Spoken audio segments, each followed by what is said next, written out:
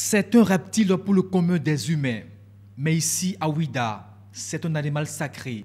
Il est source de protection et de bonheur. Il est aussi vénéré dans certaines familles. C'est-à-dire que vous avez au cou une divinité. Une divinité, parmi autant d'autres. Qu'on adore ici à Ouida. Qu'on vénère. Notre encore on adore, mais on vénère. On vénère le python On vénère le python. L'histoire du python remonte au règne du roi Khoufon, du royaume Ouida. Ce dernier aurait défié le conquérant Agadia du royaume d'Abomey. C'est le python qui constitue aussi l'un des pouvoirs très forts de ce roi Khoufon.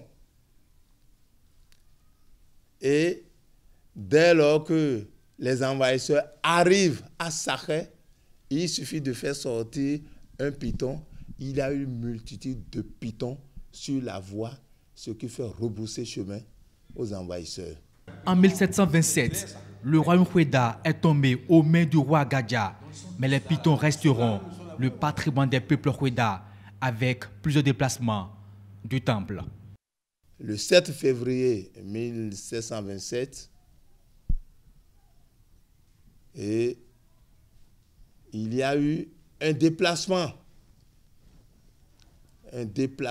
du temple qui est venu à un endroit d'abord au bord de la ville et puis après, ça s'est installé et plus fortement, très ancré, là où ça se trouve aujourd'hui, à la place Agori. Le voici, ce temple des pythons, érigé en face de la basilique de Ouida, tout un symbole. À l'intérieur du sanctuaire, le principal refuge de ces reptiles sacrés. Enrôlés l'un sur l'autre, ces pythons constituent de véritables attraits pour la ville de Ouida et pour le Bénin.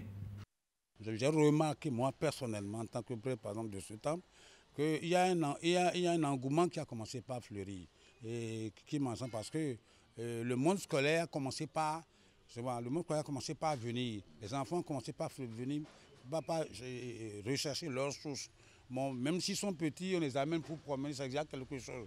C'est déjà très important. Dans les autres pays, comme comme j'ai vu un peu partout, le tourisme national est plus assis.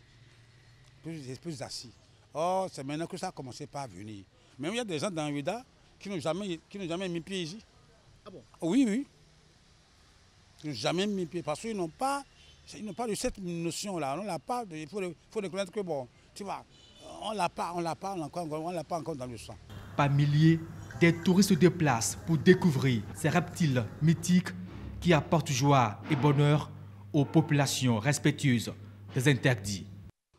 Dans votre sortie, vous pouvez le rencontrer, par exemple, il va traverser la voie. Vous arrêtez. Ce qui vous dit, attention. Vous n'allez pas, mais attendez un instant. Sinon, il y a un danger qui vous guette là-bas. Vous voulez voir par exemple sous votre oreille. Hein? Vous allez bien dormir comme si vous avez pris un somnifère. Donc voilà les vertus, par exemple, du python. Ceux qui ont de mauvais cœurs, ça leur donne des signes. Lesquels par exemple? Je prends une femme qui commet l'adultère, elle peut trouver ça peut-être dans la jarre à la maison, elle peut trouver ça peut-être à la douche, dans une certaine position, elle peut trouver ça aussi sur sa marmite, sa casserole de sauce. Ces animaux sacrés, comme les peuples Ouida, portent aussi des scarifications au visage, des traits que seuls les initiés peuvent voir au dit du prêtre officiant au temple des pythons. C'est ce qui nous manque maintenant.